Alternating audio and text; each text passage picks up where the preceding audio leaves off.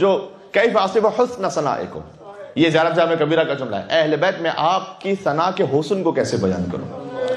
ذرا غور کیجئے گا، یہاں پر یہ نہیں کہا کیف آصف ثناءکم، میں آپ کی ثنا فضائل کو کیسے بیان کروں، آپ کی ثنا کے حسن کو کیسے بیان کروں۔ ثنا الگ ہے، ثنا کا حسن الگ ہے۔ کیف آصف حسن ثنائکم وجمیل بلائکم، کیا حسن ہے؟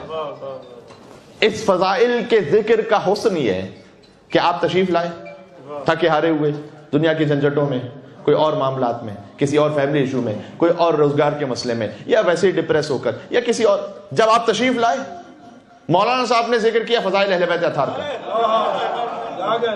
آپ کی مشکل کے بارے میں ڈائریکٹ بات بھی نہیں کی انہوں نے تو علی اور اولاد علی کا ذکر کیا، کتنی مرتبہ ہوتا ہی نہیں ہوتا، آپ جاتے خطیب کے پاس جا کے کہتے ہیں صاحب دل ہلکا ہو گیا آج، یہ ان کے فضائل کا حسن ہے۔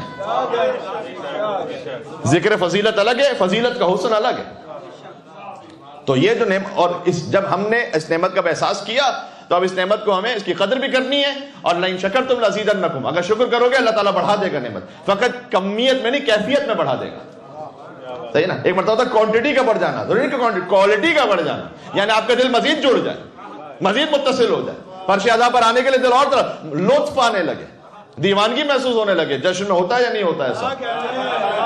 اب اگر کوئی اٹھ کے داد دے رہا ہو، حیدر حیدر حیدر کہہ رہا ہو، کوئی باہر سے کیمرہ لگا کے دیکھ رہا ہو، وہ کہے گا یہ کیا دیوانے ہوئے بھائی، انہیں کیا ہو گیا ہے؟ یہ سمجھ میں نہیں آ رہی بات۔ یہ شبیر کے دیوانوں کو سمجھائے نا دنیا،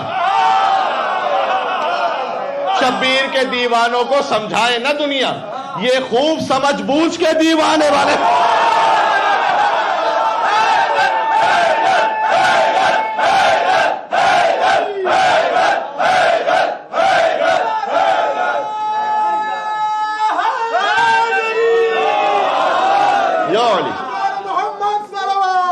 اللہم صلی علی محمد و محمد،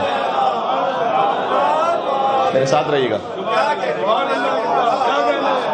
آئے